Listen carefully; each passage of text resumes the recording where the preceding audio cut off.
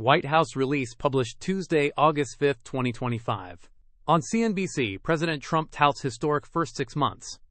This morning, President Donald J. Trump appeared on CNBC's Squawk Box. He discussed major achievements from the first 6 months of his second term. President Trump highlighted new trade deals with Japan and the European Union, bringing in hundreds of billions of dollars for the United States. He said these funds will be invested as the country chooses. President Trump promoted his most favored nation drug pricing plan. He said Americans will no longer pay much higher prices for medicine than Europeans. He expects his change to have a big impact. He noted a drop in foreign-born workers since taking office. He said this means more jobs for American citizens. On interest rates, President Trump criticized Federal Reserve Chair Jerome Powell for acting too late on rate cuts. He called Powell highly political.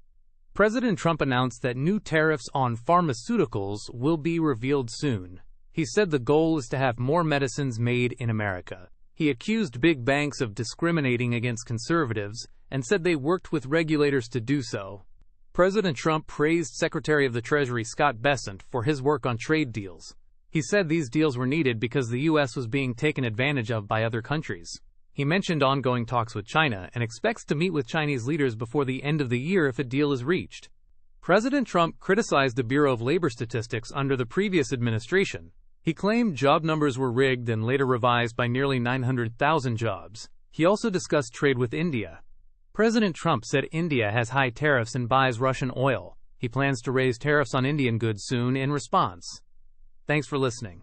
The full source material for this summary is in the description below.